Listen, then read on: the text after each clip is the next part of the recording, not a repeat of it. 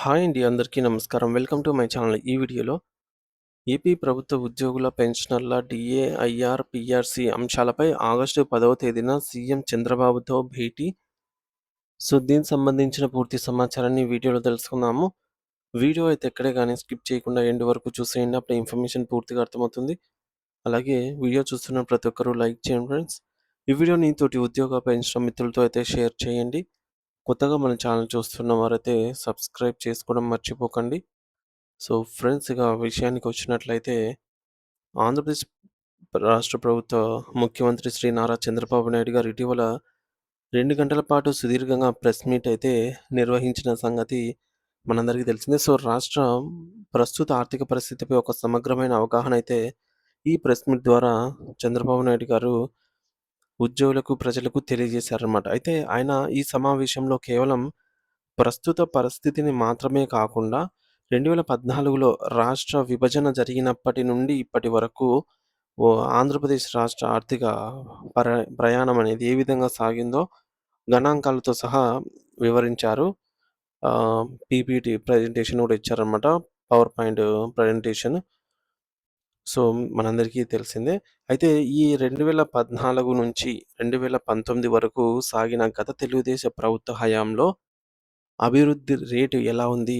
ఆ తర్వాత 2019 నుండి 2024 వరకు వైఎస్ఆర్‌సీపీ ప్రభుత్వ పాలనలో ఆర్థిక పరిస్థితి ఏ విధంగా దెబ్బతినింది? మరియు ఇప్పుడు 2024 నుండి కూటమి ప్రభుత్వం బాధ్యతలు చేపట్టిన తర్వాత జీడీపీ పరిస్థితి ఏంటి? అనే అంశాలపైన ఆయన ఒక శ్వేతపత్రాన్ని విడుదల చేశారు. సో, ఈ శ్వేతపత్రం ద్వారా రాష్ట్రం ఎప్పటి అప్పుల ఊబిలో ఎంతటి అప్పుల ఊబిలో ఉందో ప్రజలకు స్పష్టంగా తెలియజేసే ప్రయత్నం అయితే చేశారు. చంద్రబాబు గారు చెప్పిన వివరాల్లో అత్యంత కీలకమైన అంశం ఏమిటంటే, రాష్ట్రానికి ప్రతి నెల వస్తున్న సొంత ఆదాయం ఏదైతే ఉందో, అదంతా కూడా కేవలం ప్రభుత్వ ఉద్యోగుల జీతాలకు, రిటైర్డ్ ఉద్యోగుల యొక్క పెన్షన్లకే సరిపోతోంది అంటున్నారు. అంటే రాష్ట్రం కష్టపడి సంపాదించుకున్న రూపాయి కేవలం వేతనాలకే ఖర్చయిపోతోందని ఆయన చాలా క్లారిటీగా అయితే చెప్పారు. ఇక కేంద్ర ప్రభుత్వం నుంచి వచ్చే గ్రాంట్స్ గానీ, జీఎస్టీస్ కానీ, జీఎస్టీస్ వాటా, ఇతర పన్నులైతేనేమి వీటి ద్వారా వచ్చే ఆదాయం దేశానికి సరిపోతున్నాయంటే గతంలో చేసిన విచ్చలవిడి అప్పులు కట్టాల్సిన వడ్డీలకే సరిపోతున్నాయంటే చెప్తున్నారు. అంటే వచ్చిన ఆదాయము, కేంద్రం నుంచి వస్తున్నటువంటి గ్రాంట్స్ ఇవన్నీ గూడా ఉద్యోగుల జీతాల, పెన్షన్‌లకు, తర్వాత గత ప్రభుత్వ హయాంలో జరిగిన అప్పులకు వడ్డీలకే అవి సరిపోతున్నాయి అనంటే, మరి ఇక ప్రజలకు ఇచ్చే సంక్షేమ పథకాలు ఎలా అమలు చేయాలి? దీనికి ప్రభుత్వం మళ్ళీ అప్పు చేయక తప్పని పరిస్థితి నెలకొంది. రాష్ట్రం ఇలాంటి క్లిష్ట పరిస్థితుల్లో ఉన్నప్పుడు అప్పులు చేయకుండా సంక్షేమ పథకాలు మేమైనా ఎలా నడపగలము అని స్వయంగా ముఖ్యమంత్రి చంద్రబాబు నాయుడు గారు తన నిస్సహాయతను, అదే సమయంలో తన బాధ్యతను కూడా ఆయన ఈ యొక్క మీటింగ్ ద్వారా అయితే వెల్లడించారు. మరోవైపు ప్రభుత్వ ఉద్యోగ సంఘాలు తమ డిమాండ్ల సాధన కోసం ప్రభుత్వంపై ఒత్తిడి పెంచుతున్నాయి.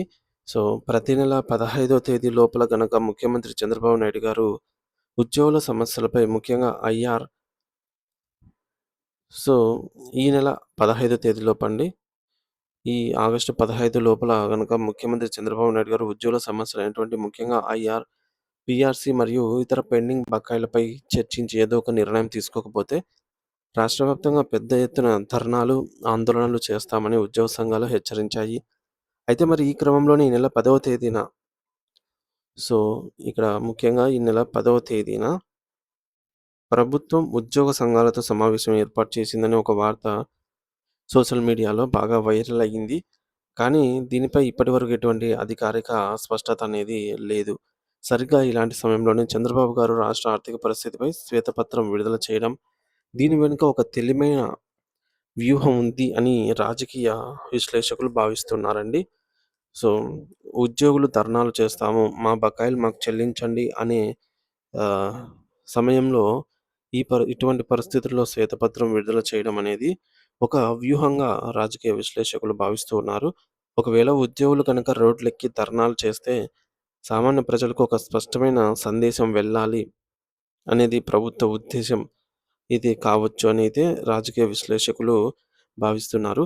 అయితే రాష్ట్రం ఇంత ఆర్థిక సంక్షోభంలో ఉన్నప్పుడు లక్షల్లో జీతాలు తీసుకుంటున్న ఉద్యోగులు మరీ ఇంత పట్టుబట్టడం ఏంటి? వీళ్ళు ఇంకొన్నాళ్ళు ఓపిక పట్టలేరా? అనే చర్చ సామాన్య ప్రజల్లో మొదలయ్యేలాగా చంద్రబాబు గారు ఒక సినారియో క్రియేట్ అయితే చేశారనైతే భావిస్తూ ఉన్నారు వీరు. గతంలో ఏ ప్రభుత్వం వచ్చినా వచ్చే ఆదాయం అంతా జీతాలకే పోతోందని చెప్పేది. కానీ ఇప్పుడు చంద్రబాబు గారు ఆ విషయాన్ని లెక్కలతో సహా ప్రజల ముందైతే పెట్టి చూపించారనమాట. దీనివల్ల ఉద్యోగుల డిమాండ్‌లు ప్రజల దృష్టిలో నెగెటివ్ కావడానికి అవకాశమే ఉంది. అయితే ఇది ఉద్యోగుల వైపు నుండి చూస్తే మాత్రం చాలా అన్యాయంగా అయితే అనిపిస్తోంది. ఎందుకంటే 2023లో రావాల్సిన ప్రయోజనాలు అంటే దాదాపుగా 3 ఏళ్ల నుంచి వాళ్ళకు రావాల్సిన న్యాయబద్ధమైనటువంటి సొమ్ము పెండింగ్‌లో ఉంది. ఇది వారు అడుక్కుంటున్నది కాదు. సో, ప్రజాసేవ చేసినందుకు వారికి దక్కాల్సినటువంటి హక్కు. ఇదేదో దానము, దయ కాదు. సో, ప్రస్తుత పరిస్థితి చూస్తుంటే 5 డీఏ బకాయిలు ఒకేసారి ఇచ్చే అవకాశం అయితే అస్సలు కనిపించడం లేదనమాట. సో, పెండింగ్‌లో ఉన్నటువంటి 5 డీఏలు ఒకేసారి వచ్చే అవకాశం అయితే లేదు కానీ, సరెండర్ లీవ్స్, లీవ్ ఎన్‌క్యాష్‌మెంట్ మరియు పాత డీఏ అరియర్స్ వంటి సుమారు 40,000 కోట్ల రూపాయల మేర బకాయిలు ప్రభుత్వం చెల్లించాల్సి ఉంది. అసలు పీఆర్సీ వేయడానికి ఒక కమిటీని నియమించి అది నివేదిక ఇవ్వడానికి 6 నెలల నుంచి ఏడాది సమయం అయితే పడుతుంది. ఆ ప్రాసెసే ఇంకా మొదలు కాలేదంటే అర్థం చేసుకోవచ్చు. సో, ఉద్యోగులకు సుమారుగా 20-30% వరకు ఐఆర్ వస్తుందని ఆశపడ్డారు. కానీ గత 2 ఏళ్ల కాలంలో కేవలం ఒక్క డీఏ మాత్రమే వచ్చింది. సో, కూటమి ప్రభుత్వం అధికారంలోకి వచ్చిన తర్వాత ఒక్కటంటే ఒక్క డీఏని మాత్రమే అది జనవరి 2024 డీఏని మాత్రమే విడుదల చేసి దాని తాలూకా అరియర్స్‌ను ఇంకా చెల్లించలేదు.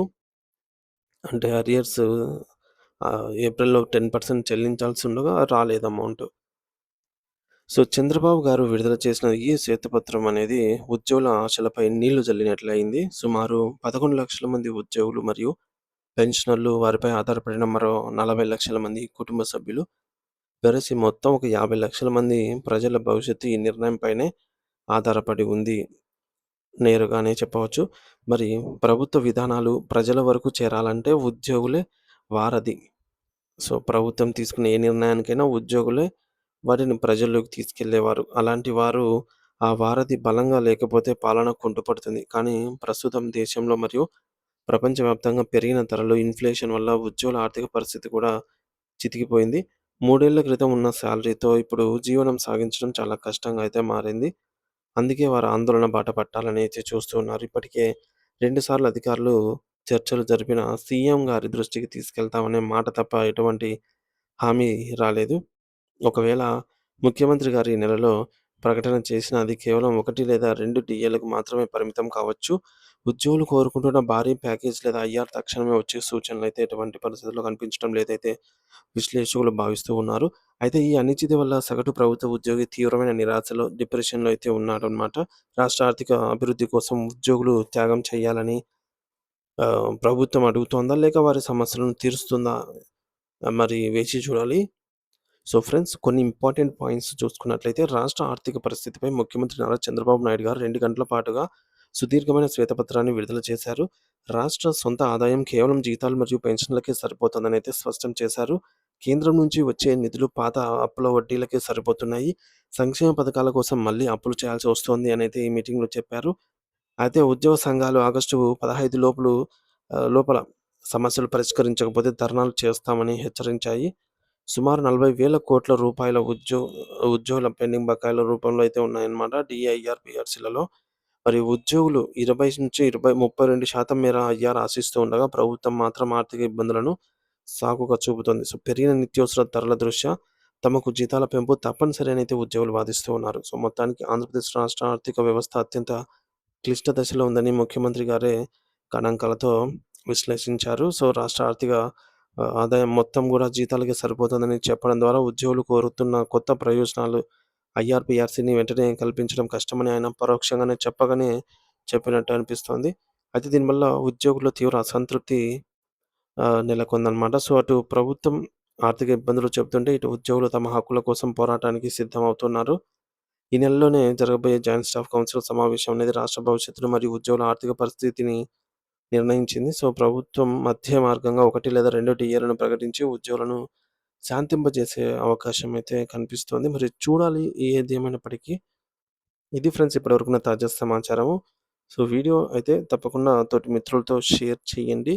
వీడియోకొక లైక్ చేయండి. అలాగే కొత్తగా చూస్తున్న వారైతే మన ఛానెల్‌ని సబ్స్క్రైబ్ చేసుకోవడం మర్చిపోకండి. ఇటువంటి ఎంప్లాయీ సంబంధించి న్యూస్ అన్నీ గూడా మన ఛానెల్‌లో ఎప్పటికప్పుడు రెగ్యులర్‌గా అప్డేట్స్ అయితే వస్తూ ఉంటాయి. Thank you for watching this video.